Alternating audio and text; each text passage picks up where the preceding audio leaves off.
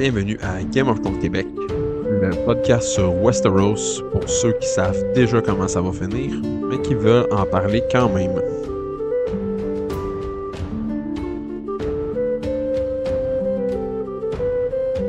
Bonjour à tous, mon nom c'est Sat. Aujourd'hui, on continue l'histoire de Dunk and Egg, The Night of the Seven Kingdoms, saison 1, Edge Knight, épisode 4.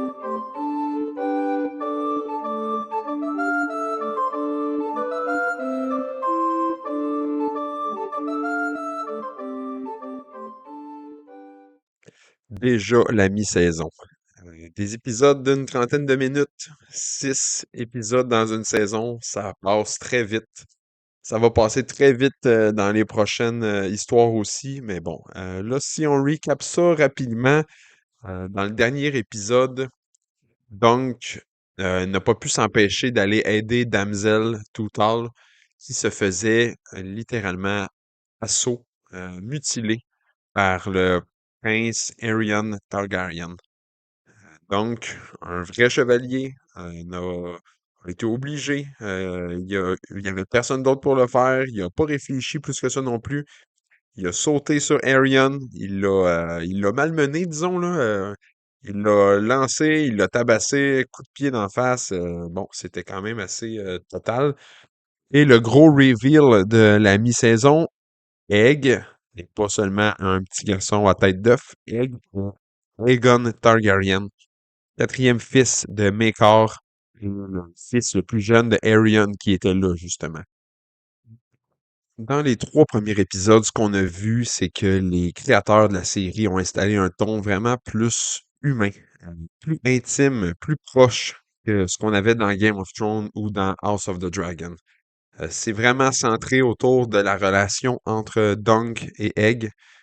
Les L'honneur, la loyauté, les petites injustices qu'ils voient au quotidien, le comportement des lords qui devrait être respectable, mais finalement qui ne l'est pas tant que ça.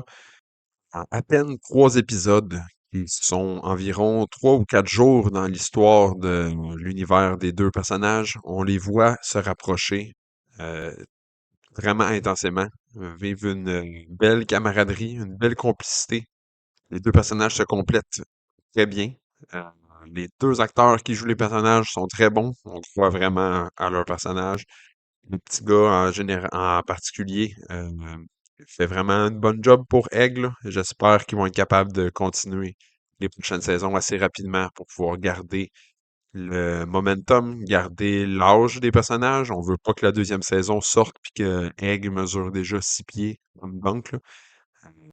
Pour l'instant, par rapport à ça, ça regarde assez bien. Ils sont déjà en train de filmer la saison 2.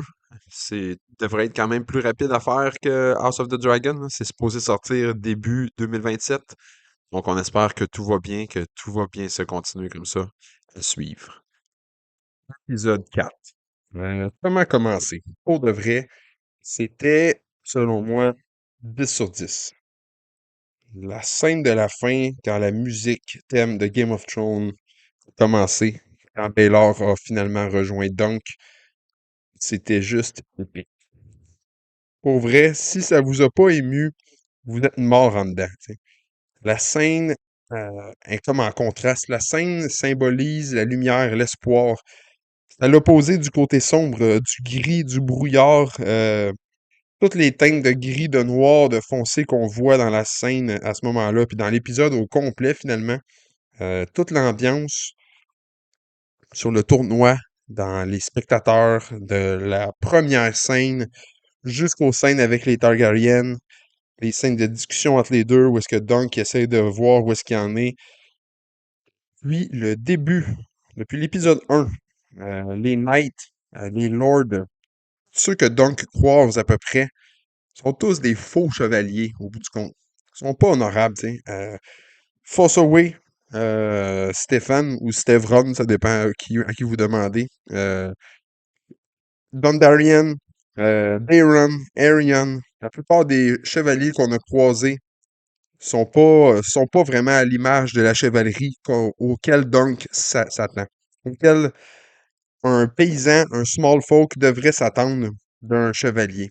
Il y a juste Baylor finalement. Baylor qui est comme, si on veut, le Lightbringer au sens propre et au sens figuré.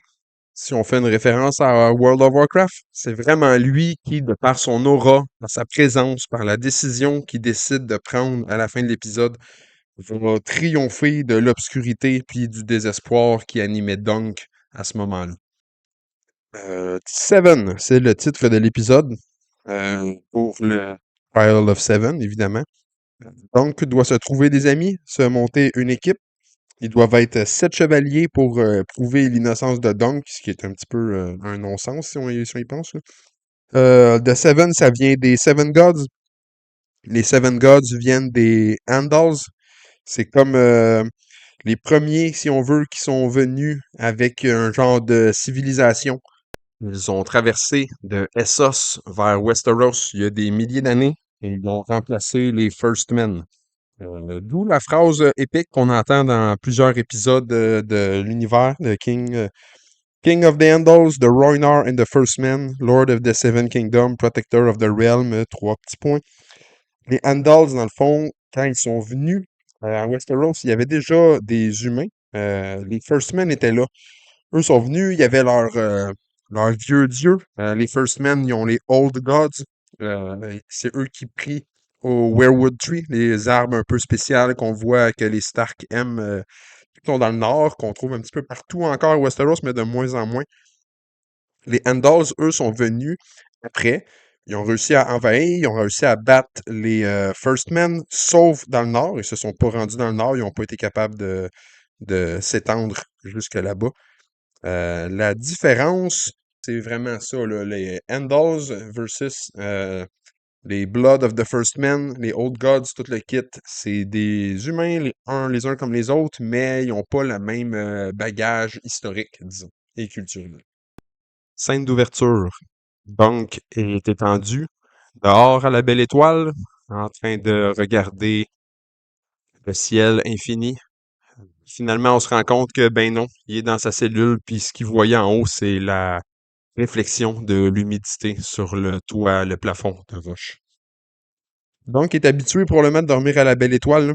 À ce moment-là, tout ce qu'il peut voir, ben, dans le fond, c'est la fin de sa liberté, la perte de sa liberté. C'est le contraste carrément avec la dernière scène de l'épisode 1, où est-ce qu'on voyait Dunk se coucher à la belle étoile avec Egg. À ce moment-là, Dunk était plein d'espoir. Il se sentait, il était libre. Il se sentait libre, il était libre, il se sentait chanceux. Il avait vu l'étoile filante. Il est là maintenant, début de la deuxième partie de la saison. Ben, il est étendu dans une cellule, puis au lieu d'être plein d'espoir et plein de sentiments de liberté, ben, il est enfermé dans le désespoir et l'inconnu. Mais bon, en même temps, il faut être réaliste aussi, là. Pendant que Dunk il est couché dans sa cellule, pendant qu'il est emprisonné, on voit qu'à l'extérieur, il a l'air de pleuvoir, puis pas à peu près, là, il a l'air de mouiller à sio, là, ça a l'air assez intense. D'une certaine façon, c'est aussi bien être en dedans dans ce temps-là, là. D'ailleurs, un tournoi comme ça, organisé sur les abords d'un petit village, d'un petit château, quand il pleut, ça doit être un peu de la marde, là. Ça doit être solidement plate, là, tu sais. Tout doit être boiteux, ton linge doit être mouillé. Comment tu fais pour te sécher? C'est pas clair.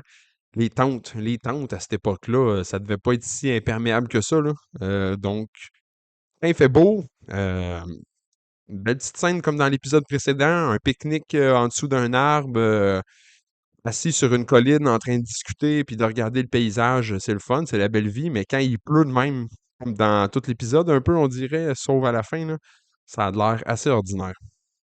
Et ça reflète bien, d'une certaine façon, le moment où est-ce que Dunk se trouve euh, dans cet épisode-là. C'est fini l'espoir, c'est fini le beau temps, c'est fini les beaux jours, c'est l'incertitude, c'est le désespoir, le froid, la crainte, la peur.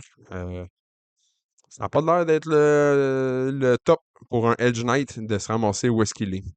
On ne sait pas exactement depuis combien de temps Dunk est emprisonné. Ça fait combien de temps qu'il est dans sa cellule. Ça fait-tu une journée? Je pense que dans le livre, ça fait une journée. Dans l'épisode, c'est pas clair s'il est là depuis 1 heure ou si ça fait justement une journée complète qu'il est là. Il s'est fait arrêter pendant la nuit. Puis finalement, ben là, on est encore dans la nuit. Fait que d'après moi, ça fait une journée. Je vois pas pourquoi ça le ferait pas. Egg vient le voir, lui emmène un repas, comme un bon écuyer ferait d'ailleurs. On voit que Egg a changé de linge, là, un nouveau style. Ça marque encore un peu plus intensément le contraste de classe sociale entre Dunk et Egg. La discussion se passe pas très bien.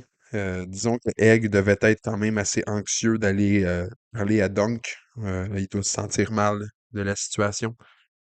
Dunk est fâché, il est déçu, il se sent trahi, c'est clair.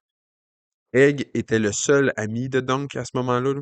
Dunk, je veux dire qu'il a été 100% transparent avec Egg depuis le début. Bon, je dis 100%, mais c'est pas tout à fait vrai, là, mais on va dire qu'il est à 100% transparent. Il est comme un livre ouvert avec Egg, là. Il avait pas de l'air de jouer de game avec lui. Il était complètement franc. Euh, pour Dunk, Egg et lui, ils étaient ensemble dans le même bateau, tu sais. Ils étaient les deux euh, plus seuls que jamais, selon lui.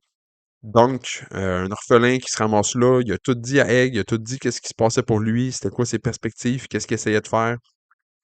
Pour lui, Egg, c'était un orphelin aussi, qui, comme lui l'était, a été sorti par un chevalier qui lui a donné une chance, qui l'emmène. Donc, dans sa tête à lui, les deux étaient dans le même, dans la même situation, si on veut.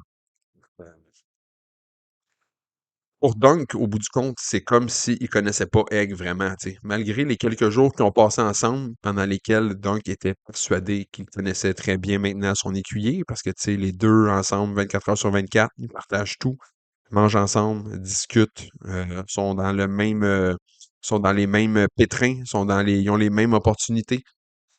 Il sent qu'il a été utilisé, qu'il a été manipulé par un Highborn, par un prince.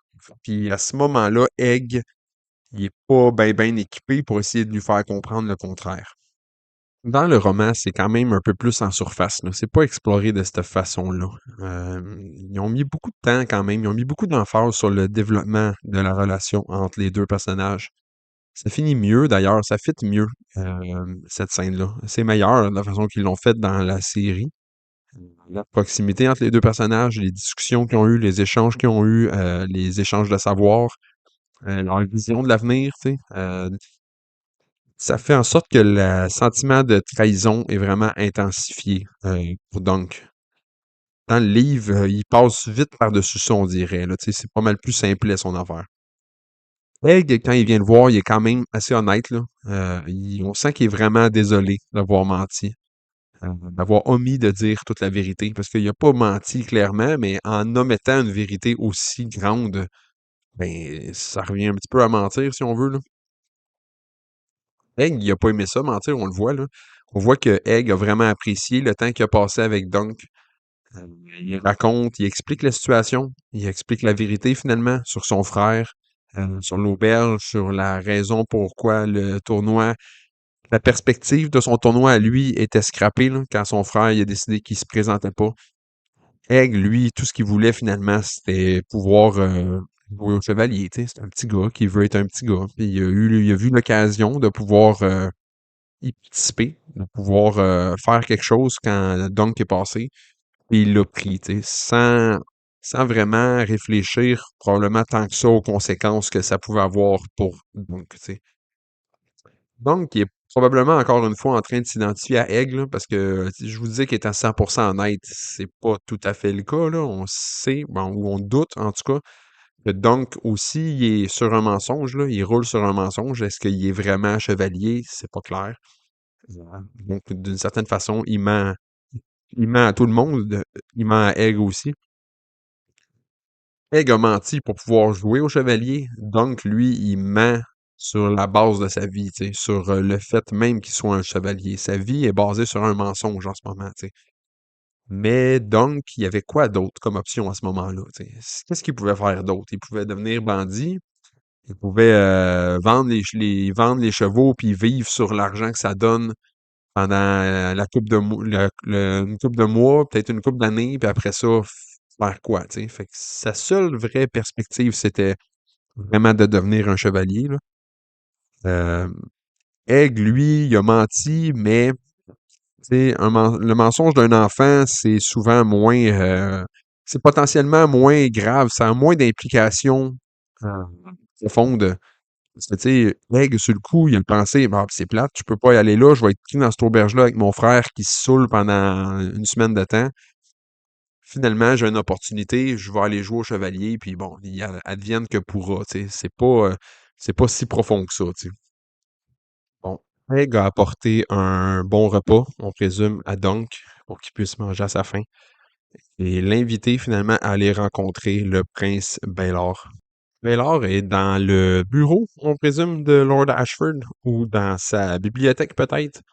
On peut se demander qu'est-ce qu'il est en train de lire, là. J'ai vu que c'était révélé à quelque part qu'il est en train de s'informer sur l'historique des Trial by Combat, probablement sur les modalités, sur les possibilités de s'en tirer, s'il y a des façons de faire autrement. Il est installé dans le château de Lord Ashford. C'est là que les lords, c'est là que la royauté et les high lords s'installent quand ils sont en province, disons. C'est décrit aussi comme ça dans le roman de Game of Thrones, dans la saison 1, dans le premier roman. Quand ils partent de Winterfell puis ils s'en vont vers King's Landing, quand ils s'arrêtent en chemin, s'il y a un château sur leur chemin, il y a un lord qui est installé là, ben eux, quand ils arrivent, ils prennent possession du château, si on veut, tu sais. Le lord de coutume, la tradition, c'est qu'il laisse le château, il laisse probablement sa chambre, sa salle de réception, si on veut, son Great Hall, ses appartements, les commodités sont fournis au roi.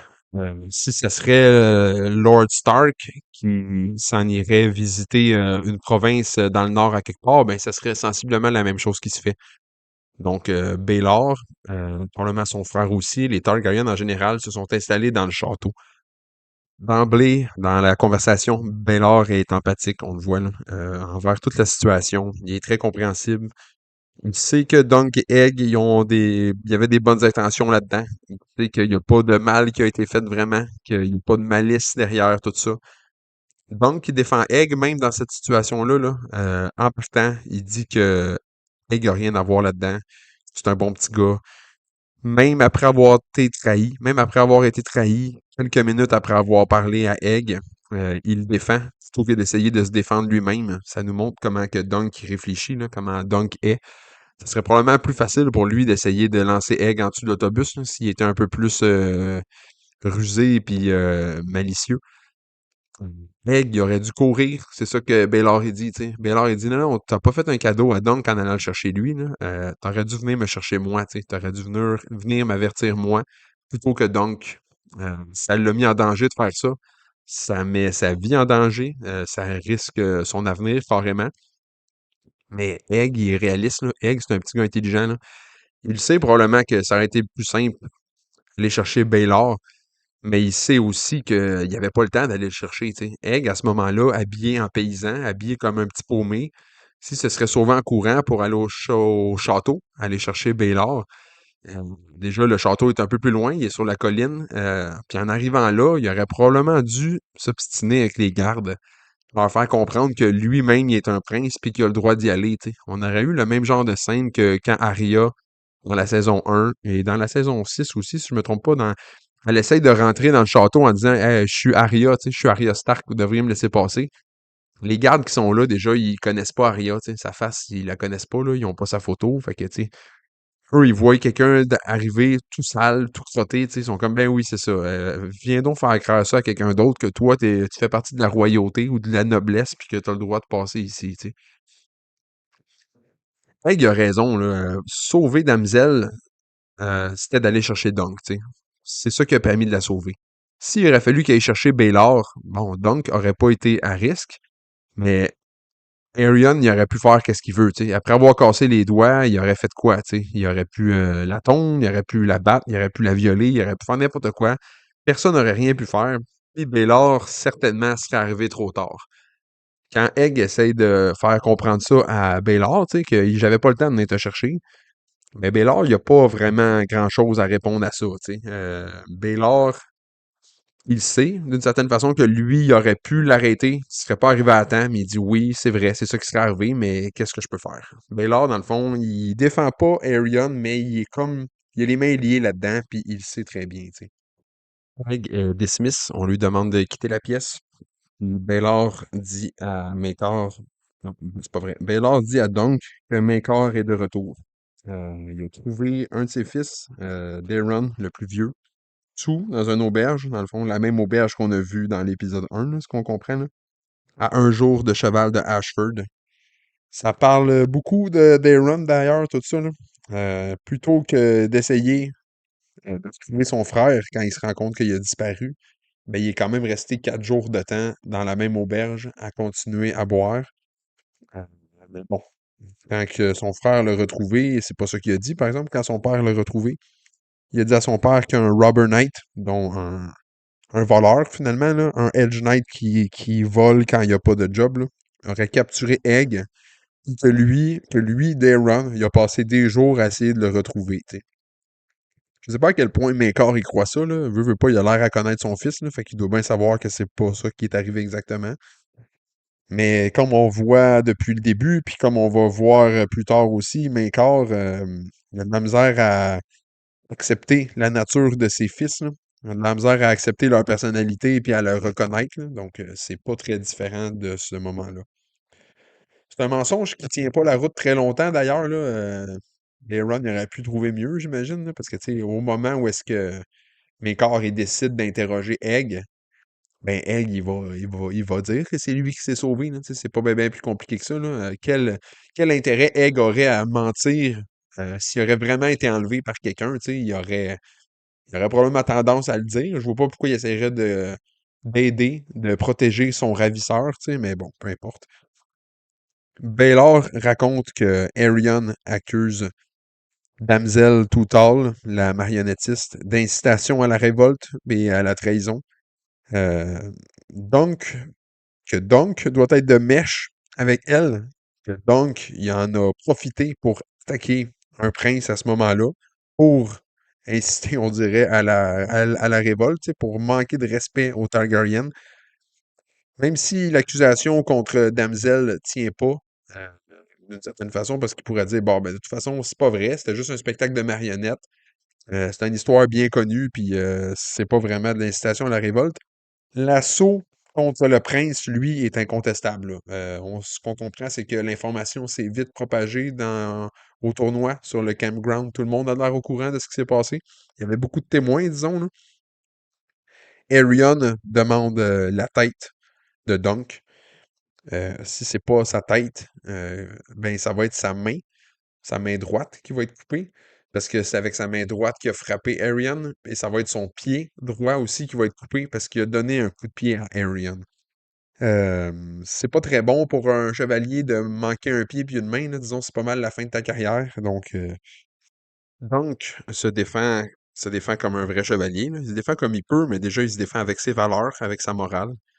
Il demande à Baylor directement, tu sais, Would you not have done the same? Tu sais? Aurais-tu pas fait la même chose que si tu aurais été à ma place? Si tu avais été à ma place, est-ce que tu n'aurais pas fait exactement ce que j'ai fait moi? Tu sais?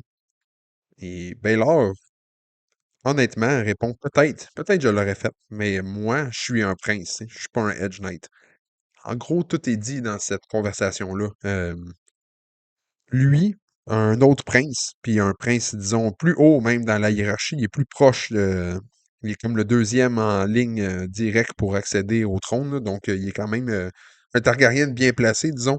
Lui, il avait le droit de restreindre Aerion. Lui, il aurait eu le droit de tabasser Aerion à ce moment-là, tu sais. Aerion aurait pu se défendre, il aurait pu le challenger, il aurait pu porter plainte, mais au bout du compte, Baylor, il aurait pu faire qu'est-ce qu'il voulait, tu sais. Dunk, par exemple, Dunk avait vraiment pas le droit, là. Dunk, c'est un commoner, c'est aussi simple que ça. Même s'il aurait été un High Lord, Dunk, il a pas le bon nom de famille, il a pas le droit de se battre contre ce monde-là. La hiérarchie est très, très définie, là, elle est très précise. Même si on essaie de faire croire que les Knights sont supposés respecter un code d'éthique, on va dire, il n'y a pas grand-chose qui tient à part la hiérarchie sociale dans cet univers-là. La question morale vient après. Est-ce que tous les chevaliers ne font pas le même serment? Protéger les innocents, tu sais. C'est ça que donc il vient challenger Baylor, tu sais. Baylor, il est pas tant capable d'argumenter, tu sais, à ce moment-là. C'est là le dilemme moral pour Baylor. Ça parle beaucoup sur le genre de prince qu'il est. Il veut faire la bonne chose. C'est le prince qu'il veut être, tu sais. Il veut être un chevalier, il veut être un prince, il veut être un bon roi. Il veut devenir un bon roi. Pour lui, le bon choix veut dire être juste. À ce moment-là, ça voudrait dire la justice.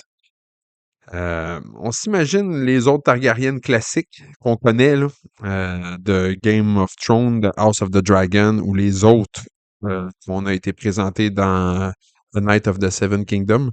Dans la même situation, il n'aurait probablement pas eu le même dilemme moral que Baylor, là. Dans la même situation, il y en a combien qui auraient réfléchi plus que 2 secondes avant de juste condamner Dunk euh, parce qu'il aurait attaqué un prince, tu sais. Il y en a combien qui auraient même pas voulu parler à Dunk? Il y en a combien qui auraient interdit à Egg même d'aller parler à Dunk? Déjà là, en 5 minutes, on sait que Baylor est différent. Baylor est pas pareil comme les autres. Baylor a une solution pour Dunk, parce ça donne l'impression que Dunk avait même pas pensé à la possibilité d'un trial by combat, là. C'est la deuxième fois à ce moment-là que Baylor demande à Dunk How good a knight are you? Ça veut dire en gros, euh, es-tu vraiment, premièrement, quelqu'un d'honorable? C'est une question que Baylor se demande à lui-même en même temps, peut-être d'une certaine façon, là. Le sens propre, probablement, ça serait de demander carrément à Dunk, es-tu bon pour te battre? T'sais, tu vas être capable de t'en sortir contre Arion? On ne sait pas vraiment à quel point Dunk est bon pour se battre, là. On le voit se pratiquer une fois, c'est ce qu'on voit de plus proche de lui qui se bat, là.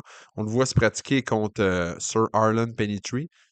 On voit qu'il est quand même, bon, il est fort, il est grand, il avait de l'air motivé. On l'a vu de la façon qu'il se battait à main nue, disons, contre Arion, là, ça laissait peu de doute à l'interprétation. Dunk est fort. Est-ce qu'il y a des skills, par exemple? Est-ce qu'il est doué à l'usage des armes? Ça, c'est pas clair. Il dit qu'il a appris comment. On va voir, j'imagine, à quel point il est bon. Scène suivante. Dunk est avec les autres Targaryens. Maekar, son fils Arion, le lord de la région, Léo Longthorn Tyrell, qu'on a vu dans un ou deux épisodes précédents. Euh, Il y a Lord Ashford aussi, qui se fait vraiment disrespect d'ailleurs dans la scène, là. C'est lui le moins puissant, même si c'est son château, c'est son bureau ou son Great Hall, si on veut. Il y a la scène où est-ce que Arion fait tomber une noix par terre puis il demande à Lord Ashford de la ramasser, là. Fait qu'il se ramasse à quatre pattes en train de ramper en dessous de la table, là. C'est un petit peu humiliant, mais c'est quand même comique aussi, disons. Je me demande à quel point Lord Ashford aurait pas pu demander à un serviteur de la ramasser ou juste faire comme s'il l'avait pas vu, là. Mais bon, il veut vraiment bien paraître auprès des Targaryens. Il fait son gros possible, puis de toute évidence, c'est loin d'être suffisant, puis ça se retourne contre lui à ce moment-là. Donc, d'emblée, commence en demandant un trial by combat. Ce à quoi Arion refuse sur le coup. Il dit directement non, je refuse. Comme un vrai douche, là, finalement. Là. Il a peur de Dunk. Là. D'une certaine façon, il a un petit peu raison quand même. Là. On se souvient à la fin de l'épisode 3, comme on se disait tantôt, il se fait royalement péter la gueule par Dunk. Là. Il swing les airs à un bras comme si c'était un enfant. Une coupe de coups de poing d'en face. Arion sort un couteau. Donc, avec son pied, il écrase la main, il l'empêche de prendre le couteau. Il le kick d'en face après. Ça va vraiment pas bien pour Arion, là. Arion en 1v1 contre Dunk, clairement que ça finit vraiment pas bien pour le prince, là. Euh, Son père, le père de Arion, Maekar, a clairement honte de son fils à ce moment-là, là. Euh, D'ailleurs, son père, il aurait pu exiger un trial 1v1, là, mais je pense que c'est probablement, comme il dit, c'est son droit de demander un trial by seven. Euh, il se fait dire qu'il peut pas refuser, à moins de retirer sa plainte. Donc, c'est à ce moment-là qu'il invoque le trial by seven. Euh, mais quart de dire un petit peu out of nowhere, là. What the fuck is a trial by seven?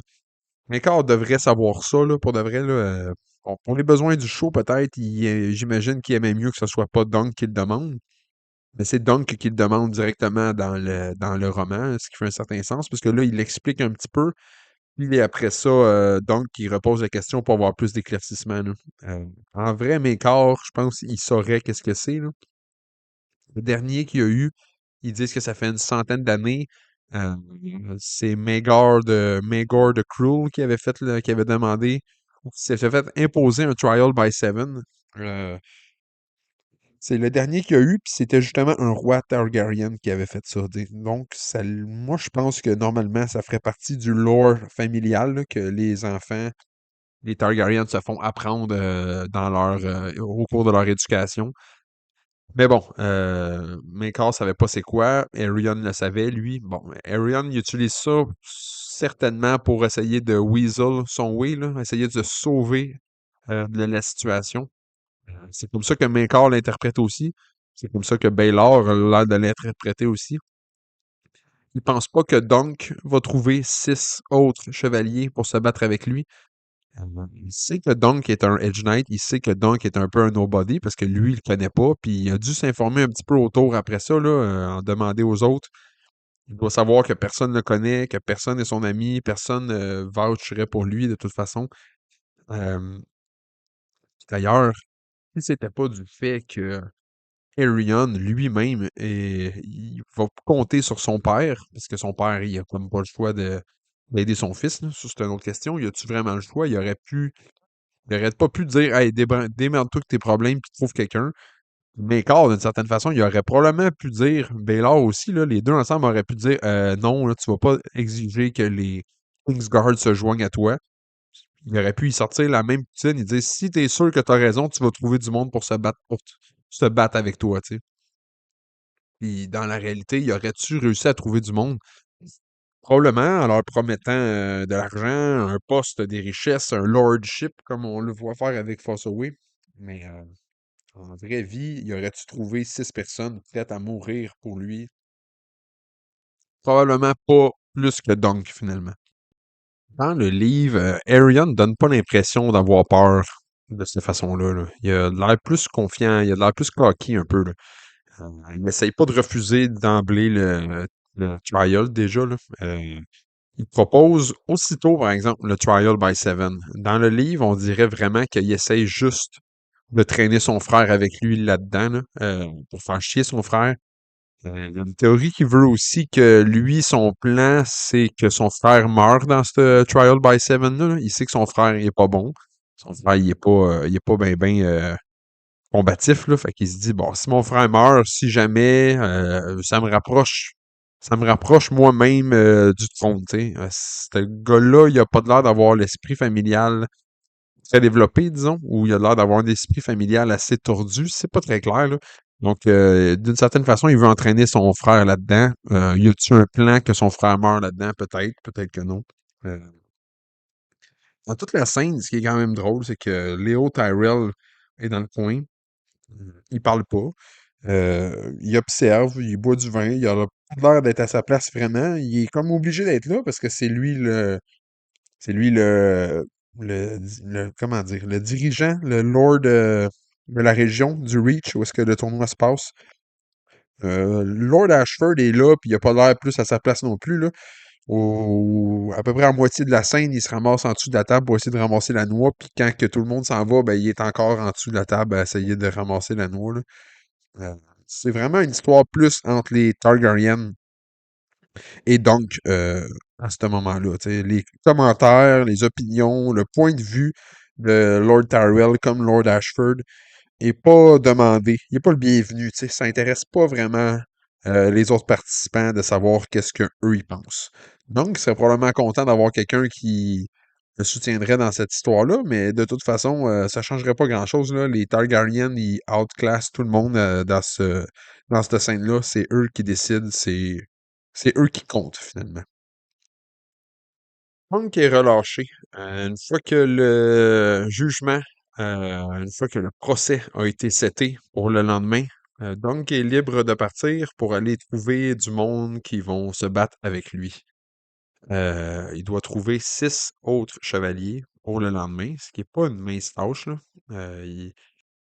Il est un peu dans la merde, on s'entend, là. Dans les épisodes avant, l'épisode 1, l'épisode 2, me semble, l'épisode 2, je suis pas mal sûr, il était pas capable de trouver ne serait-ce qu'un autre chevalier au tournoi pour se porter garant de sa candidature, tu sais. Il était pas capable de trouver personne qui était prêt à vouch pour lui. Maintenant, il faut qu'il trouve 6 personnes qui sont prêtes non seulement à se battre avec lui, ils sont prêtes à mourir pour lui, peut-être. Et ils sont prêtes aussi à affronter le Targaryen, la royauté, la famille royale, le prince. C'est pas rien, là, quand tu t'affiches ouvertement comme ça, à te battre contre un prince, ben, tu sais, tu mets en jeu ton nom, là, complètement, là. Donc, son seul ami, vraiment, c'est Egg, à ce moment-là. Heureusement pour lui, par exemple, il y a aussi Raymond Fossoway, avec qui il a réussi à se lier d'amitié. Dans le livre, c'est Raymond, d'ailleurs, qui a récupéré ses chevaux, qui les a emmenés avec lui à sa tente. Je pense que donc, si je me souviens bien, quand il traverse le camp, il reconnaît un de ses chevals en train de, je me souviens plus c'est quoi le nom, là, mais Aîné ou Ween, en tout cas, il reconnaît un cheval en train de crier, tu sais, donc il est tellement habitué de l'entendre qu'il reconnaît sa voix, c'est quand même particulier, là. Puis là, il se rend compte que Raymond a récupéré ses chevaux, il s'en est occupé, il les a emmenés à sa tente, tu sais. Alors que là, ça donne plus l'impression que, donc, retourne à son arbre, retourne à son camp, puis ses chevaux sont encore là, tu sais, ce qui est un petit peu, c'est un petit peu plate, là, mais en même temps, Raymond est là. On voit que Raymond est là. Il s'est occupé des chevaux probablement, ou il les a surveillés à tout de moins, là. On a vu que ça coûte une petite fortune, les chevaux, là. Il aurait pu se les faire voler.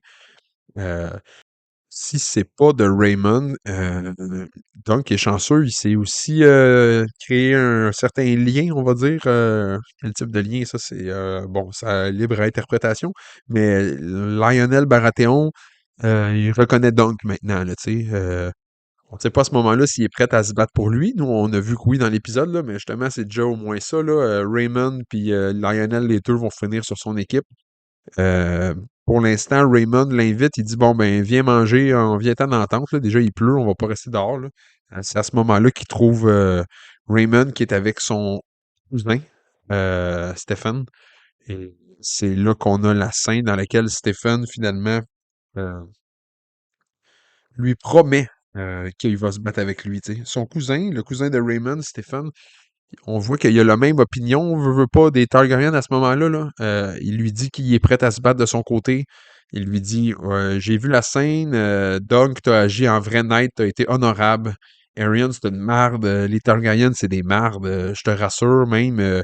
J'ai des amis. Là, on va se mettre ensemble. On va être capable. On va trouver du monde pour t'aider, pour se battre à tes côtés. Euh, Tout ça, toutes ces explications-là, les justifications qui apporte Stephen, ça prouve un peu plus que c'est une solide marde, là, finalement, Stephen, là, parce qu'il a tous les bons arguments. Il a dit qu'il a été témoin de la scène. Il a dit que Dunk avait raison d'agir comme il l'a fait. Toutes les justifications qu'il donne, ça renforce la trahison qu'il fait à la fin, là, tu sais. Euh, Dunk, il va se battre de l'autre côté. Il sait que Dunk, il a raison. Mais il vend quand même son honneur pour un titre de lordship, tu sais. Dans le fond, il trahit son serment de chevalier. Dans la discussion, il y a un autre ajout qui n'est pas dans le livre. Stephen dit une belle phrase, là, We, Fossaway, were here long before Targaryen and will still be here when they're gone. Ce qui est pas faux. Ce qui est pas faux, parce que nous, on sait dans Game of Thrones que maintenant, les Targaryens, ben, ils sont plus là, puis les Fossaway, ben, ils sont encore là. Ça rapporte un petit peu au rant que Raymond avait anti-Targaryen. Là. Ça aurait été crédible que Stephen veuille se battre avec lui. Là. Il a l'air d'ailleurs très confiant d'être capable de trouver du monde pour se joindre à eux. Je me semble, il nomme les Tyrell, les Lannister, les Baratheon, Bracken, Blackwood. Lui, dans sa tête, il est capable de convaincre tout le monde de se joindre à leur cause pour aller se battre contre les Targaryens. Tu sais. Raymond, à ce moment-là, il est plus réaliste, là. Il est un peu sceptique, là, disons, là. Il dit, je suis pas certain que la plupart de ces lords-là, ils savent c'est qui mon cousin, là. Ce qui se prouve être vrai, finalement. On voit à la fin, quand que Lionel Baratheon, il a aucune idée c'est qui Stephen. C'est quand même comique. Dans la série, on voit Raymond proposer à Dunk de se sauver. C'est pas quelque chose qui est dans le livre apporté comme ça, en tout cas, là. C'est plutôt Dunk qui réfléchit à la possibilité de juste se sauver, justement, là. Mais il se dit que il serait probablement rattrapé sur le chemin de toute façon. Mmh. Rendu là, peut-être il perdrait sa vie, peut-être il aurait clairement perdu son honneur, il pourrait jamais être un chevalier.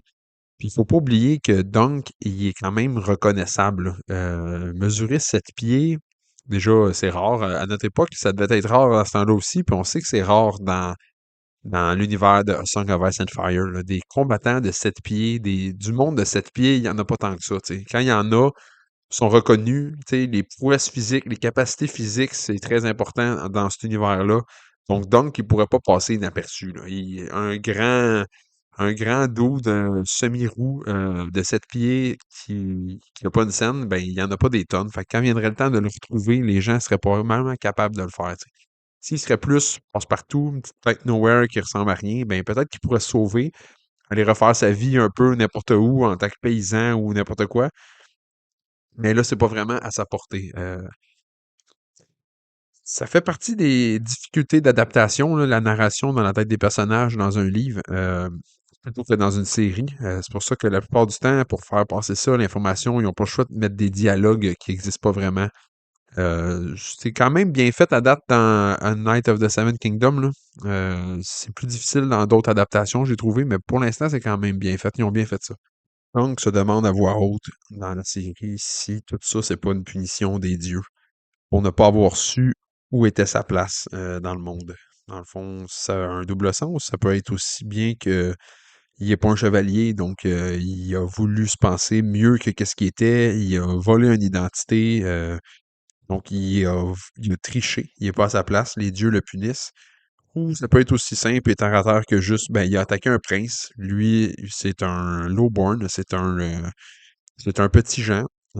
Attaquer un prince, ça se fait pas dans cet univers-là, donc les dieux le punissent à cause de ça. Egg fait son entrée avec Daron dans la tente. Stephen est parti à ce moment-là, il reste plus seulement que Dunk et Raymond. Euh, C'est la seule différence vraiment dans le livre, c'est que la façon que Dunk réagit quand que Daron rentre dans la tente, là. Dans le livre, bon, il est fâché, oui, il sort son couteau, oui, il crie un petit peu après Darren, mais là, là, dans la série, il, il saute dessus, il plaque sur une table, il met un couteau à sa gorge. C'est comme s'il n'a pas vraiment retenu la leçon que t'es pas supposé toucher un prince, là. Il est pas en train d'améliorer son cas, disons, en faisant ça, là. Mais bon, ça se détrigger vite, là. Ça se calme un petit peu. On comprend un petit peu plus quel genre que personne Darren est, là. Darren, il est honnête dans le fond, là. Darren, c'est un gars relax, là. Il veut pas se battre. Il est peureux. Bon, il a inventé de quoi quand son père lui a demandé euh, pourquoi il était à l'auberge puis que son petit frère avait disparu, tu sais. Parce que dans le fond, il est trop faible, il est trop mou pour dire la vérité. C'est un Soulon, tu sais. Bon, nous, on sait que c'est un rêveur, tu sais. Ça explique bien des choses, là. On en avait déjà parlé dans un épisode précédent. Mais psychologiquement, il est affecté. Euh, il propose à Dunk de se laisser battre, straight de même, aussitôt qu'il commence à en parler.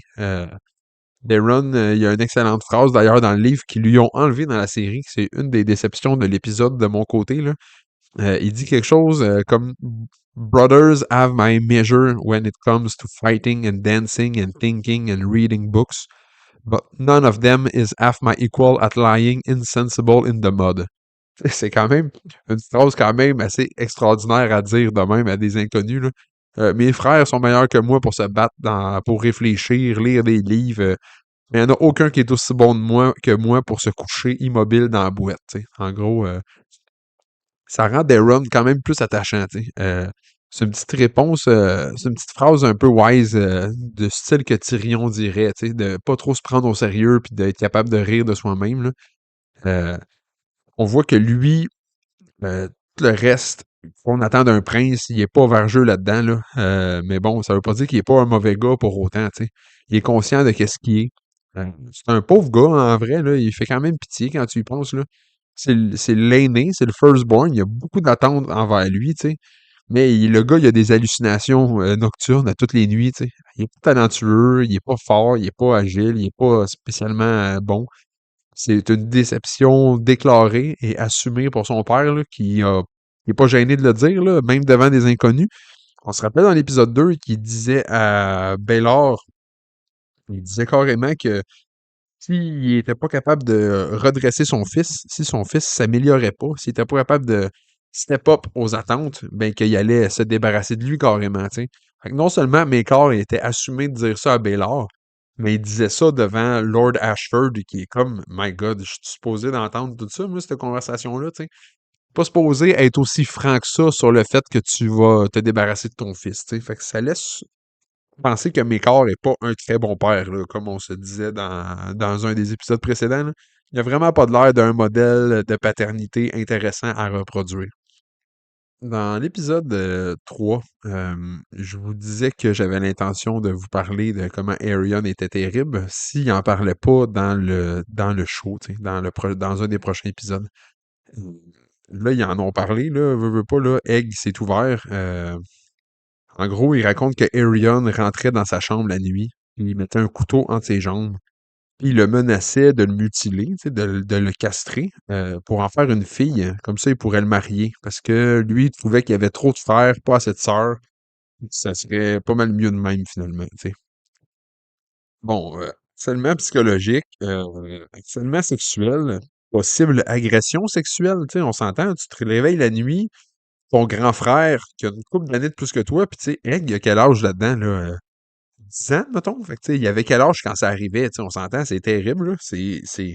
C'est clairement un comportement déviant, là, quand on s'arrête pour penser à ça, là. Faut vraiment être dérangé pour faire ça, là. Bon, la scène est quand même drôle. Non, la scène n'est pas drôle, c'est pas vrai. Mais quand le petit gars s'ouvre pour dire ça, déjà, ce qui est terrible qu'un petit gars de cet âge-là soit obligé de formuler ces mots-là, là, c'est quand même spécial, là. Donc, on donne ça à un acteur jeune de même à dire, tu sais, je sais pas ce qu'il pense de son texte, là, de son interprétation. Il est quand même bon, le petit gars. Je trouve qu'il délivre peut-être un petit peu trop simplement, factuellement. Peut-être ça aurait été pu être un peu plus émotif, mais en même temps, ça aurait juste rendu Raymond encore plus con, parce que tout de suite après, Raymond n'est pas capable de s'empêcher d'éclater de rire un petit peu, tu sais. Ce qui a l'air de scandaliser Dunk un peu, là. On sait que Egg, pas que Egg, excuse. On sait que Raymond, bon, déjà, lui, son opinion des Targaryens n'est pas très élevée, là. Là, il se ramasse dans l'entente avec un prince Targaryen, puis tu sais, Raymond, il trouvait ça obscène, puis contre Dieu, qu'eux, ils se marient ensemble, entre frères et sœurs, puis que c'était tous des déviants, puis des problématiques, puis du monde fou. Ben, l'histoire que Egg vient de raconter à propos de son frère donne 100% raison à Raymond, puis à son rent qu'il avait fait contre les Targaryens, là. Probablement que c'est là que ça vient. Bon, éclater de rire comme ça, je veux bien quand tu prends une bière avec tes amis puis que tu reparles de cette histoire-là, mais dans la face du petit gars qui vient de te raconter ça, c'est discutable comme choix, disons, mais bon, c'est quand même bon. Bon, pauvre Egg, pauvre petit gars, il est pas chanceux dans ses frères, disons, là. Il est pas né dans une famille très, très, très fonctionnelle. C'est un petit peu ordinaire pour lui. On comprend. On comprend Egg là, dans l'épisode précédent, puis où est-ce qu'on l'entendait crier Kill him quand que Arion affrontait Humphrey Harding. Clairement que Egg aimerait mieux voir Arion mourir que de le garder comme frère, là. C'est pas un plus à sa vie, là. Euh, pour finir la scène, on a Daron qui colle un peu les Fossoway, qui remet un petit peu dans sa face à Raymond là, en disant que Arion se prend pour un dragon, tu sais. C'est un petit peu comme on se disait l'épisode d'avant, là. Et Arion se prend comme pour un dragon, un petit peu comme Viserys, le frère de Daenerys, se prenait pour un dragon. Il dit, il se prend pour un dragon, ça serait vraiment mieux pour tout le monde si le sigil des Targaryens était une pomme, comme ça il se prendrait juste pour une pomme, tu sais. Raymond, il est pas content de la blague, tu sais, on voit qu'il prend ça un petit peu comme un affront. Mais bon, en même temps, tu viens de rire d'un enfant qui disait se faire harceler sexuellement et psychologiquement, donc c'est bien renvoyé dans la face de Raymond. Après la discussion avec les deux frères Targaryen, Dunk sort de la tente et est rejoint par Daeron, le plus vieux.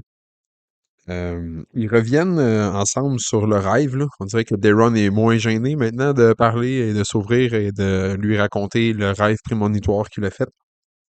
Daron l'avertit tout de suite que ses rêves se matérialisent, là. Quand il rêve, c'est pas juste des rêves communs comme tout le monde, là. Dans le fond, c'est des rêves de Targaryen, comme on se disait. Il décrit le dragon qui meurt dans le rêve puis qui écrase Dunk. Dunk écoute ça un peu en ne comprenant pas trop parce que lui, il dit en plus que le rêve se matérialise, là. Donc déjà, les dragons n'existent plus. Fait que faut faire un parabole ici, là. C'est probablement un Targaryen qui meurt. Dunk demande si c'est lui qui a tué le dragon. Ce à quoi Darren n'a pas de réponse. Mais Darren le regarde en étant comme je ne sais pas ce qui s'en vient. Je sais que il va se passer quelque chose. Je te mets au courant. Sur ce, bonne chance. Darren, on le voit qu'il est pas un méchant Jack, là. Déjà, il a pas le goût de se battre contre. Il a pas le goût de se battre contre Dunk. Il sait non seulement qu'il fait pas le poids, mais que donc, il a pas l'air d'être problématique. Il sait que lui, il a menti. Il connaît lui-même son frère Arion, donc il doit savoir que Arion, il en a beurre épais, puis que probablement que Dunk, il est pas dans le tort dans cette histoire-là. Daron a proposé de tomber. Il a proposé de tomber, de pas continuer le combat. Donc, je pense que lui-même, il doit être quand même un petit peu inquiet parce qu'il sait pas si c'est pas lui, le dragon, qui va mourir tué par Dunk. Le lendemain, il va quand même affronter Dunk et ses champions dans le trial, là. Donc, tu sais, c'est quand même une possibilité que Darren il meure demain. Il a pas de l'air pas l'air trop stressé avec ça. Il a l'air quand même en paix avec la situation, un peu comme quand Dunk lui a mis le couteau sur la gorge. Il avait pas de l'air à avoir peur de la mort. Potentiellement qu'il a lui-même rêvé à sa mort, puis il sait que c'est pas maintenant qu'il va mourir. Ça, c'est pas clair, c'est pas non plus staté dans le livre. On peut interpréter le rêve de Darren comme étant une victoire dans le jugement à venir. C'est assez probable, parce que bon, si vous avez lu le livre, vous savez déjà ce qui s'en vient. Sinon, vous devinez que puisqu'il y a plusieurs saisons qui s'en viennent, on se doute bien que Dunk meurt pas dans les prochains épisodes, là. Mais ça peut aussi être en lien avec la mort de Egg qui est dans le futur. On sait que Egg finit par mourir, ça c'est clair. Dunk meurt lui aussi, ça c'est clair. Les deux meurent ensemble à Summerhall. Ça, c'est pas si clair que ça. L'histoire, comme on se disait dans un épisode précédent, et comme les grandes lignes sont écrites, mais ça reste flou, c'est pas très précis. Euh, Si Egg meurt dans le futur, Dunk meurt avec. Dunk meurt avec Egg dans ses bras en essayant de le sauver. Dunk est obligé de tuer Egg pour essayer de sauver ses enfants. C'est pas clair qu'est-ce qui va se passer. Question, encore des questions, pas de réponse. Le rêve est-tu une interprétation de l'histoire qui s'en vient très proche ou de l'histoire qui s'en vient très loin? C'est pas si clair que ça. Daron, je sais pas ce que vous pensez de son personnage. Moi, il me paraît un personnage un peu triste, là, malheureux. Il s'excuse à Dunk à ce moment-là. Il avoue lui-même qu'il va aller en enfer. Il sait qu'il a pas fait les bons choix dans sa vie. Il sait qu'il est pas honorable. Il sait qu'il mène pas une bonne vie nécessairement. Il y a une formulation qui dit I'm doomed to some kind of hell, likely one without wine. Je pense que même s'il est en rémission, il essaie d'arrêter l'alcool pour mieux se porter. Il se ment pas à lui-même, là, il est alcoolique, puis il ne réussira pas à s'en sortir aussi facilement que ça. Dans la scène après, Dunk sort de la tente, se promène un peu sur le campground, il cherche Damsel, on voit. Il arrive probablement au lieu où est-ce que la tente des Puppeteers était montée, mais il comprend qu'elle est partie. Euh, le forgeron, Steely Pete, le forgeron, arrive pas loin de lui, puis il lui dit que c'est lui qui a le bouclier, tu sais, que Damsel lui a laissé avant de partir.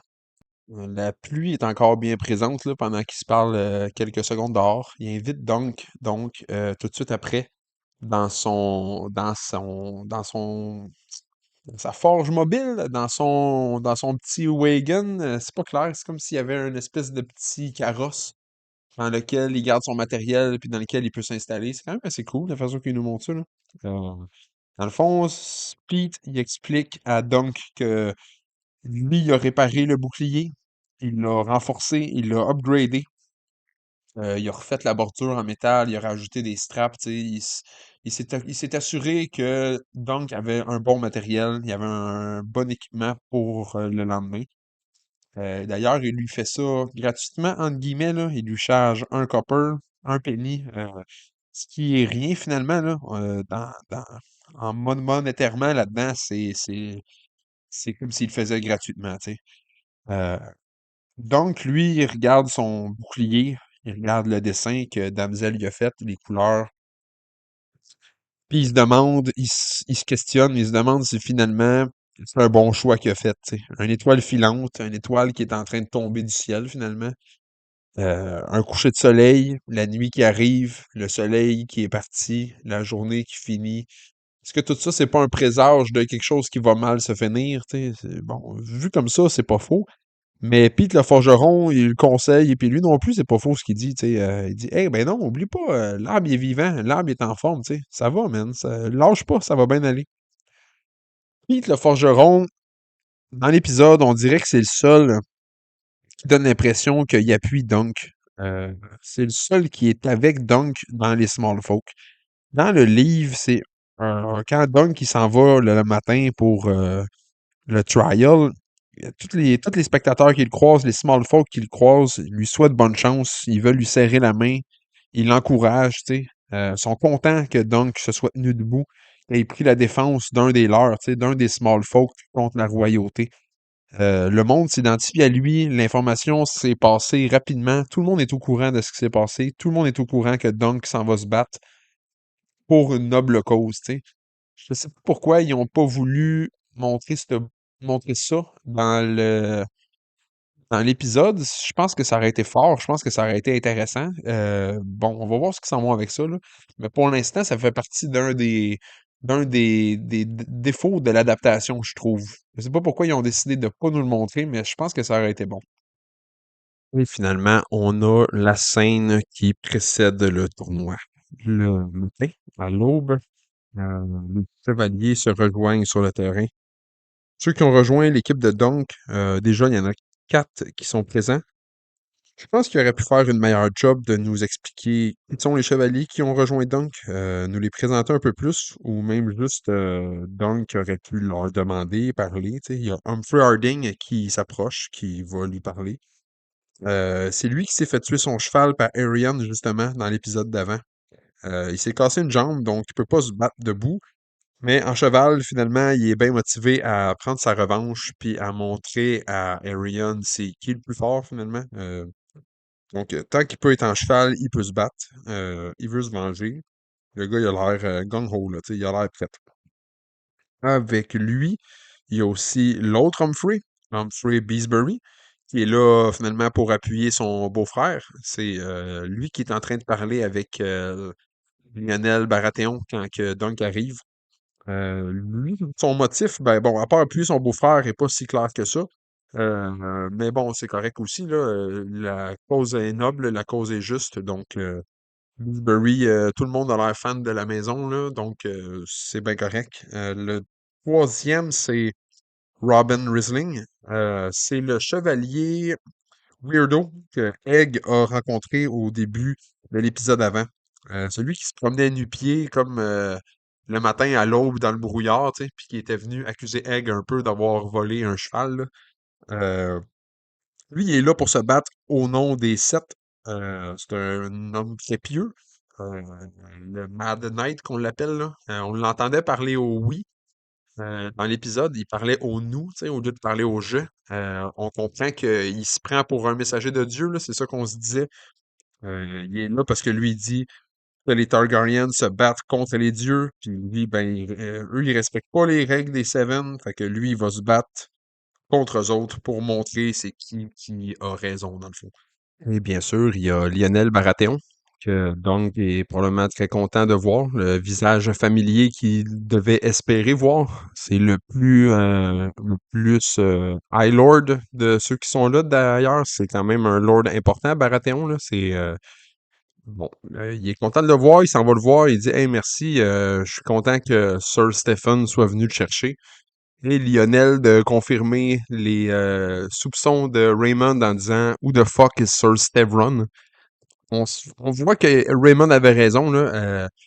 C'est pas clair si Stephen pensait connaître plus de monde, puis finalement, tous ces gens-là sont pas venus, ou si il mentait pas d'emblée à Dunk en lui faisant miroiter, trouver du monde, puis s'il est pas directement allé voir Arion à ce moment-là. C'est pas trop clair, on le sait pas ce qui s'est passé. Ce qu'on sait, c'est que finalement, Baratheon ne connaît même pas Fossoway, là. Il raconte que c'est Egg qui est venu le réveiller, qui est venu le chercher, puis que lui, dans le fond, il est juste content, il est juste très motivé à l'idée d'aller faire saigner les Kingsguard, puis de tacher leur belle petite robe blanche. Très motivé. Dans le livre, je sais qu'il est très motivé à casser le nez de Maegor aussi, là. Je ne sais pas si c'est qui le mentionne dans la série, je me souviens plus. On sait que ça va être épique, le Trial des Seven, là. C'est le premier en 100 ans, ça va passer à l'histoire. Puis tous ceux qui y participent, ben, ils sont quand même probablement motivés à passer à l'histoire eux aussi. Lionel Baratheon est probablement dans ceux qui trouvent ça quand même assez épique de participer à ça à ce moment-là, justement. Les chevaliers de l'équipe de Arion entrent sur le Tourney Ground. On remarque qu'ils ne sont que 6 eux aussi. C'est une des critiques qui revient souvent dans le fandom, là, c'est la scène en tant que telle n'est pas aussi grandiose que ce qu'on s'attendait, que de la façon qu'elle est décrite dans le roman. Dans le roman, les trois Kingsguard, tout habillés en blanc, entre les premiers. Puis, vraiment, ils font forte impression, là. Ils sont suivis des trois Targaryen en arrière, qui sont toutes en armure noire. Donc, tu sais, ça clash. Ça fait vraiment.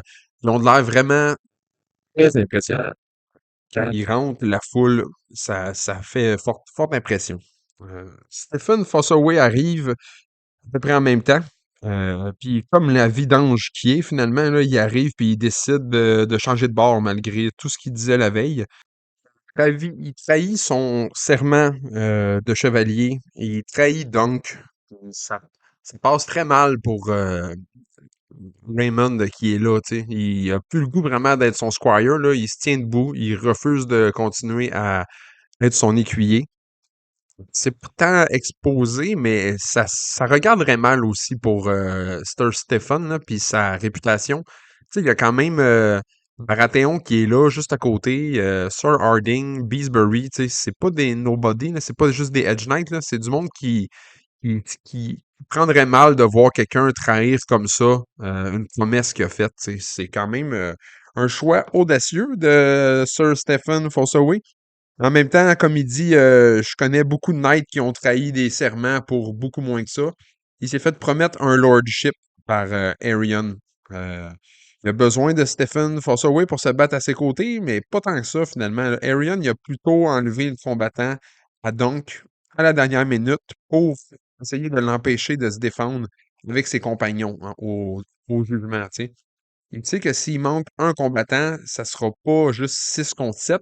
Il est juste déclaré coupable parce qu'il n'a pas été capable de trouver 6 chevaliers pour se battre à ses côtés. Ça nous montre que Arion, une fois de plus, il veut vraiment pas se battre finalement. Là. Il est vraiment peureux, là, ça donne l'impression. Là. Il a vraiment pas l'intention de se battre malgré qu'il y a les Kingsguard avec lui. Il savait pas trop qui Dunk allait être capable de trouver, mais lui, il voulait pas risquer sa peau. Tu sais. Raymond Fossoway, il est dégoûté par le comportement de son cousin, comme je vous disais. Là. Il demande à Dunk d'être nommé chevalier à ce moment-là pour pouvoir se battre avec Dunk. Parce que ça ressemble vraiment à ce que Arian essayait de faire. Là. Il n'y a personne dans la foule qui a vraiment l'air de vouloir se joindre à Dunk. Tu sais. Donc, sans Raymond, Dunk, il serait incapable de se battre, mais il est déjà deux shorts. Tu sais. Fait qu'il se dit, bon, avec Raymond, je vais être juste un short, tu sais. Fait que, on va voir qu'est-ce que ça donne. Il accepte de le nommer chevalier, mais en même temps, on a l'impression qu'il hésite un petit peu quand vient le temps de le faire, là. Donc, il peut hésiter pour 2 raisons. Premièrement, il sait au fond de lui qu'il n'est pas un chevalier, là, tu sais, on en a parlé abondamment. Il n'est pas normalement nommé un chevalier à cause de ça. Euh, il y a aussi le fait qu'il sait que c'est pas vraiment un cadeau à faire à Raymond, à son ami, là, un de ses seuls amis finalement. Parce que, veut pas, ils s'en vont pas juste se tirailler, là, ils s'en vont se battre, puis ça va probablement résulter dans la mort de plusieurs d'entre eux, tu sais. Raymond est pas si skill que ça comme guerrier, là, comme pour se battre. On a l'impression qu'on l'a vu se battre. En tout cas, il avait pas de l'air, il avait pas l'air si impressionnant que ça. Donc, tu sais, en le nommant chevalier, oui, ça l'aide lui, mais ça met en péril la vie de son ami aussi, là.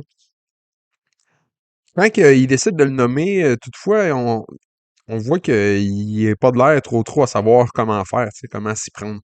On voit On voit Lionel qui le regarde faire, puis on peut se demander si Lionel n'est pas en train de réaliser que donc il sait pas comment faire, ou il connaît pas les mots, ou alors il est pas chevalier du tout, tu sais, il sait pas trop clair, ou peut-être juste que Lionel se dit bon ben donc hésite, il y a une cloche qui sonne, donc est sauvé par la cloche, Lionel fait comme ok c'est bon, je vais le faire à ta place.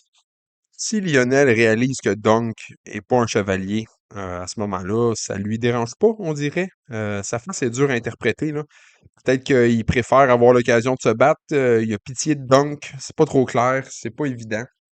On entend le serment qui est nommé, qui est dit par Lionel. Il y a comme les 4 phrases, là, In the name of the warrior, of the father, of the mother, of the maid. Dans les livres, c'est pas clair s'il y a d'autres phrases qui viennent après ça. Il y a Seven God, puis on entend juste 4 phrases sur les Seven Gods. Tu sais, fait que s'il y en a 7, on n'entend jamais les 3 dernières.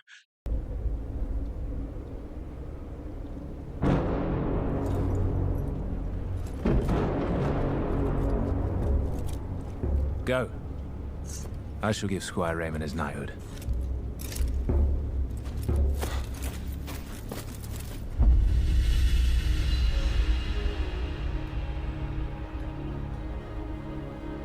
In the name of the warrior, I charge you to be brave.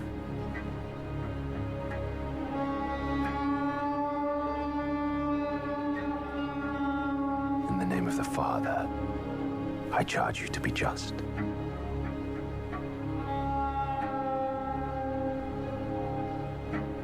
In the name of the mother, I charge you to protect the young and innocent.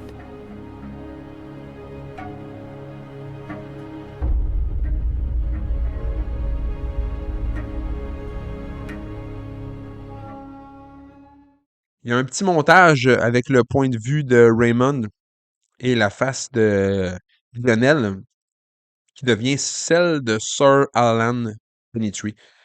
Arlan Penetry, d'ailleurs, fait une drôle de face à ce moment-là, là. C'est-tu la face qu'il faisait, Sir Arlan, au moment où Dunk aurait été nommé chevalier? Tout le monde, moi inclus, a l'impression que de la façon que c'est présenté, Dunk n'est pas un vrai chevalier au sens légal. Mais une théorie qui est quand même intéressante, c'est de se dire que peut-être que cette face-là, la face que Sir Arlan Penetry fait quand que Dunk a comme le flashback, puis qu'on voit la face de Sir Penetry, c'est peut-être celle que euh, Sir Arlan a faite au moment où il a nommé Dunk chevalier, pour de vrai. Peut-être qu'il avait vraiment l'intention de nommer Dunk chevalier, peut-être qu'il l'a nommé chevalier, mais il a oublié les phrases qu'il devait dire. Tu sais. Peut-être que Sir Arlan était sous. Peut-être que quand il a fait le serment, il y avait juste les 4 premières, puis il n'y avait pas les 3 dernières qu'on ne sait pas s'ils existent puis qu'on n'a jamais entendues. Donc, de cette façon-là, en ayant reçu le serment, mais pas comme il faut, officiellement, il n'a pas pu vraiment être nommé chevalier. Ça, donc, ça le rongerait de l'intérieur, tu sais. Il sait au fond de lui que Sir Arlen n'a pas dit les bonnes phrases ou qu'il a scrappé la cérémonie, mais au moins, ça voudrait dire que Dunk n'est pas juste inventé tout ça. Il a peut-être vraiment été nommé chevalier, mais on le sait pas, tu sais. Sinon, ce qui est quand même plus simple, puis pas mal plus drôle aussi, là, c'est peut-être juste la face de Sir Arlen qui dit Hey, bonne chance, je sais pas quoi te dire. Tu t'es ramassé dans la marde, je sais pas ce que je ferai à ta place. la cloche, ou plutôt la corne, dans le fond, qui a interrompu le serment que Dunk s'en allait donner à Sir Nouveau, maintenant Sir Raymond, qui est d'ailleurs la naissance de la Green Apple Fossaway House. C'est à partir de là que les Fossaway se sont séparés en deux. Il y a les Fossaway honorables, avec la pomme verte, puis ceux qui découlent de la branche non honorable, là, disons, de Raymond. Pas de Raymond, excusez, de Stephen. Donc, Dunk s'en va voir ce que Lord Ashford lui veut. Puis dans le fond, il lui dit, bon, ben, on n'a plus le temps d'attendre, là, c'est maintenant que ça se passe, sont où tes chevaliers? Puis finalement, Dunk de dire, ben, j'en ai juste 6. Arion, il dit, non, non, t'en as 5. Il dit, ben non, on est en train d'en nommer un nouveau, et on va se battre, nous 6 contre vous 7, c'est correct. Ce à quoi Lord Ashford le rapporte à la réalité. Il dit non, non, non, ça te prend 7 chevaliers. Puis sinon, t'es déclaré perdant parce que t'as pas été capable de convaincre du monde à se joindre à sa cause, à ta cause. Les règlements du tournoi, finalement, c'est un combat 7 contre 7 jusqu'à ce que soit Dunk, soit Arion et Daron soient tués, soit down dans le sens de hors d'état de se battre. Les autres, s'ils meurent, on continue. Fait que ça peut être un combat assez sanglant qui peut résulter en beaucoup de morts, là. On va voir comment ça se passe, mais bon. Donc, a besoin de convaincre un chevalier de plus. Il va s'adresser à la foule. Il parle un peu de Sir Arlen, que même s'ils ont tous oublié c'était qui, il était au service de ces lords-là, que c'était un bon chevalier, qui a tout appris. Il demande aux chevaliers qui sont présents dans la tribune, dans les gradins, de l'aider, de respecter leur serment, de se battre pour ce qui est juste. Et personne ose. C'est un peu lâche de leur part, mais en même temps, c'est un petit peu compréhensible aussi, là. Il y a personne qui a le goût vraiment de se lever la tête puis de se tenir contre les Targaryens de cette façon-là pour l'instant, là, pour se battre contre une cause qui ne concerne pas tant que ça. Ils risquent de soumettre la famille royale à dos. Sont tous, sauf exception, les 4 déjà dans sa team, trop pieux d'une certaine façon, là, sont trop lèche-bottes pour tenir à leur serment, avoir la morale de faire la bonne chose qu'un chevalier devrait faire. Mais bon, comme je vous disais, se lever, ça peut mettre à risque leur famille au complet, tu sais, ça peut risquer leur mort aussi, là. Faut pas oublier que Maekar est une légende, c'est un combattant légendaire, là. Maekar the Anvil, qu'on l'appelait, parce que c'est un bon stratège, il est bon pour se battre aussi. Les 3 Kingsguard qui sont avec eux sont supposés être, entre guillemets, the finest knight of the kingdom. Ils ont des réputations d'être de très bons chevaliers, des très able fighters, là. Ils doivent passer beaucoup de temps à s'entraîner. C'est des adversaires redoutables, là, tu sais. C'est une équipe quand même à ne pas négliger, là. Donc, en disant aux autres, leur rappelle que la façon qu'ils agissent maintenant, c'est l'exemple qu'ils vont donner à leurs enfants, tu sais. Comment voulez-vous qu'eux ils agissent plus tard? Comment voulez-vous qu'eux ils vous voient? Puis là, on a une scène bon, qui me laisse dubitatif un peu. C'est pas une scène que j'ai vraiment appréciée, là. La brute de Bracken se lève et pète. Un beau gros pète qui brise le silence. Juste avant qu'il pète, on a un peu espoir. On se dit, ah, c'est-tu lui qui va se battre avec eux finalement? Tu sais. Puis j'étais comme, hein, c'est pas ça qui est dans le livre, me semble. Fait que bon, j'attendais de voir la suite. Ils font vraiment pas honneur aux Bracken dans les adaptations, là. On se souvient qu'elles sont pas dépeints de façon très, très honorable ou admirable dans House of the Dragon saison 1 non plus, là. Dans le livre, c'est vraiment moins pire que ça, là. Sir Duncan, il s'adresse à Sir Otto, qui est de la brute de Bracken. Il dit All know you for a great champion. Join us, I beg you. In the name of the old gods and the new, my cause is just. Ce à quoi Otto répond That may be, but it's your cause, not mine. I know you not, boy. Ce qui est quand même brutal. Hey, brutal pour une brute, ça fit. Mais ce qui est quand même brutal, mais qui est quand même plus respectable aussi, là. On s'entend que la modification, j'en suis vraiment pas certain, honnêtement, là. Le pet, bon, oui, c'est drôle. Je suis un gros fan de joke de pet, là. J'adore un bon pet, c'est toujours parfait. Mais à ce moment-là, c'est comme la scène sérieuse. C'est la scène avec le discours grandiose de Dunk, tu sais, sur 4 épisodes. On s'entend que c'est la scène qui était quand même plus émotionnelle, plus intense. Il y a un gros enjeu dans le narratif. Bon, je sais pas si c'était crédible non plus à ce moment-là, là. Est-ce que quelqu'un ferait vraiment ça, tu sais? Quel genre d'exemple le Sir Bracken montre à son fils qui est juste à côté, mais bon, ça, whatever, là. Ça ramène le show encore une fois aux deux scènes du début des épisodes 1 et 2, là, la diarrhée puis le massif dong de Sir Arlen. Ça brise le ton. Je trouve qu'à ce moment-là, ça aurait été mieux de pas faire ça, mais bon, ça c'est mon opinion. Et là, on a la scène, le summum, le pic de l'épisode, le pic de la saison probablement.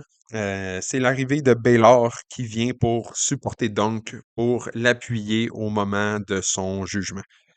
Baylor a dû réfléchir solide après sa discussion avec Dunk la veille. Dunk l'a challengé. Il a fait réaliser avec son honnêteté, avec sa naïveté, sa bonne volonté, qu'il était dans le vrai, qu'il était du côté du bien, tu sais. Baylor, il connaît la game. Il sait il est comment son frère, il sait comment ça se passe, il sait comment ils sont ses neveux. Baylor est une bonne personne. Il veut vraiment faire les choses honorablement. Il veut faire ça comme pour être à la hauteur de son père. Comme on se rappelle, c'est Daron the Good. Baylor, il veut lui aussi être du côté du bien, tu sais. Le cœur pur de Dunk, il a ouvert les yeux sur ce que lui devait faire pour rester fidèle à ses vœux de chevalier à lui, puis à ses valeurs morales, tu sais. Depuis le début, on voit les chevaliers, les lords, être des mardes, tu sais. On les voit ne pas respecter les valeurs de la chevalerie, on les voit être déshonorables. Puis tout ça, bon, ça revient un petit peu à la passion de Martin qu'il a pour l'histoire médiévale de l'Europe, là. Des histoires de chevaliers pas honorables, ben, tu sais, ça ramène à notre humanité, là. C'est bien beau faire un vœu, faire un serment qu'on va aider les autres, être honorable, être gentil, être juste. Ça reste qu'on est des humains, là, puis des personnes qui stand up, des personnes qui vont du côté du faible pour l'aider. En général, ça sort du lot, tu sais. Puis c'est exactement ça que Baylor fait à ce moment-là, là. Au moment où il sort, au moment où il arrive, il y a un changement de ton, là. La musique nous emmène ça. Tout l'épisode, le décor, la température, tout est gris, tous les tons, toutes les teintes de couleurs, tout est foncé, tout est gris. Au retour, excusez, avec l'arrivée de Baylor, ben c'est le retour de l'espoir. Au final, c'est le prince arrive, le fils du roi, le futur roi, il arrive, puis la musique nous emmène une vague d'optimisme, tu sais, pour Dunk et pour notre héros et la situation en général. Pour vrai, à ce moment-là de l'épisode, si vous n'avez pas eu une montée d'émotion, comme je disais au début de l'épisode, c'est parce que vous êtes mort en dedans, tu sais. Vous n'avez pas d'âme dans le fond, là. C'est le retour de l'épique, du grandiose à la Game of Thrones, à la House of the Dragon. Ce clash-là est solide par rapport au début de l'épisode 1 où on a coupé la musique d'intro. On entendait les premières notes là, de la musique. On a coupé ça pour mettre une scène de caca, tu sais. La musique qu'on a maintenant, à ce moment-là, dans l'épisode, à la fin, c'est mérité, c'est construit, c'est épique, ça nous a emmenés là. L'aventure nous a emmenés là. Alors que si on avait eu la musique au début de chaque épisode, l'effet aurait été définitivement moins réjouissant à ce moment-là, là. J'espère que vous allez en convenir avec moi.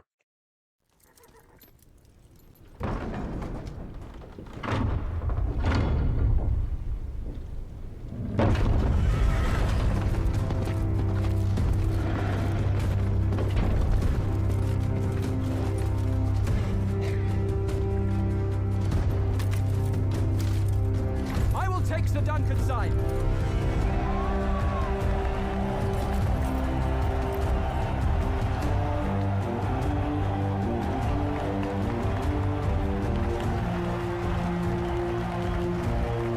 Have you taken leave of your senses? This man attacked my son. This man protected the innocent, as every true knight must. Let the gods decide if he was right or wrong. Ah!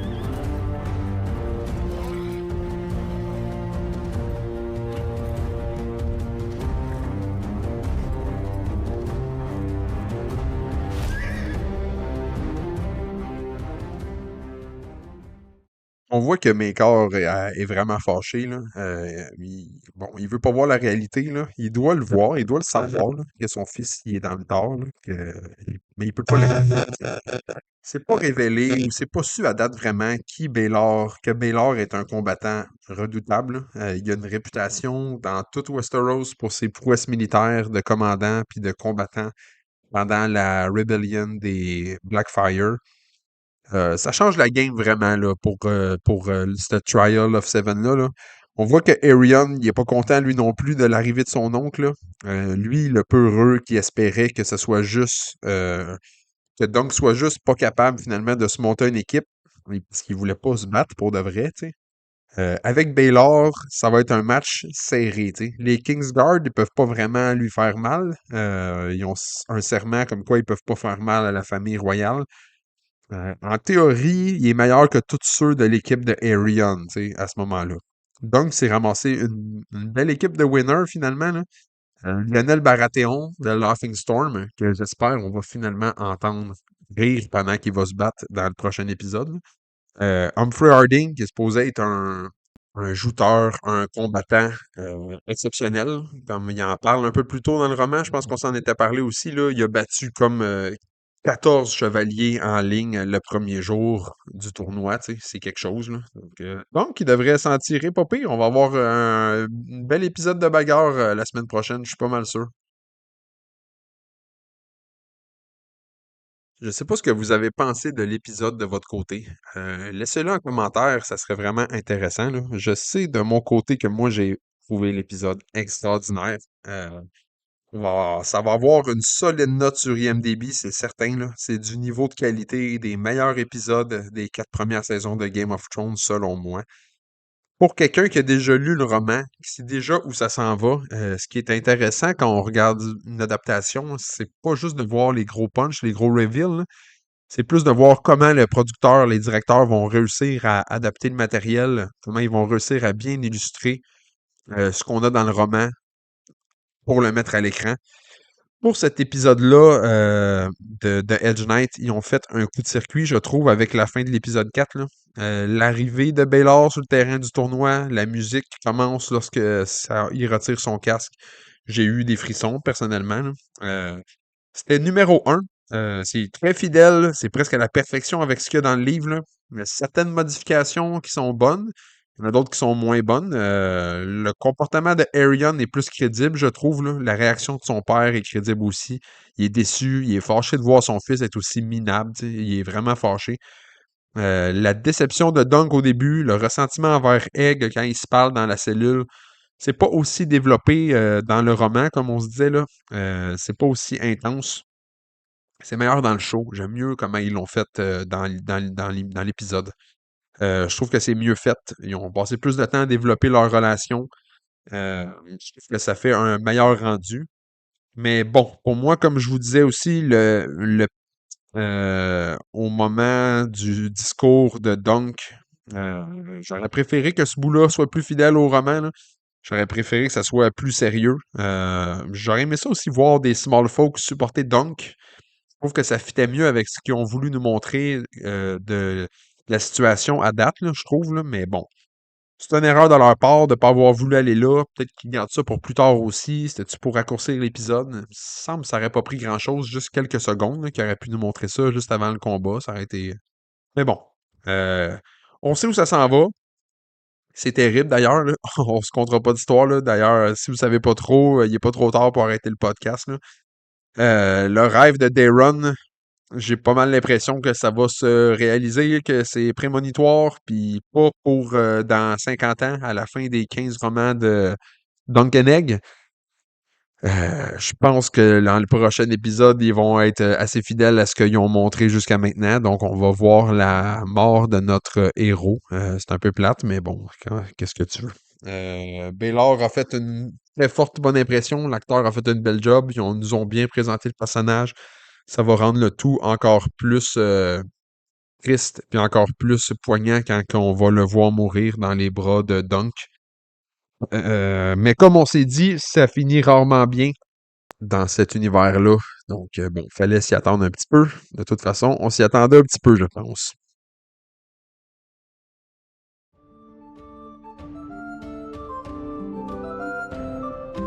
C'était Sat à Game of Thrones Québec. Merci d'avoir écouté l'épisode. N'hésitez pas à laisser un commentaire. Toujours le fun d'échanger avec vous. On sait qu'à Westeros, les histoires finissent rarement bien. Mais si vous vous êtes rendu jusque-là, vous êtes des vrais fans.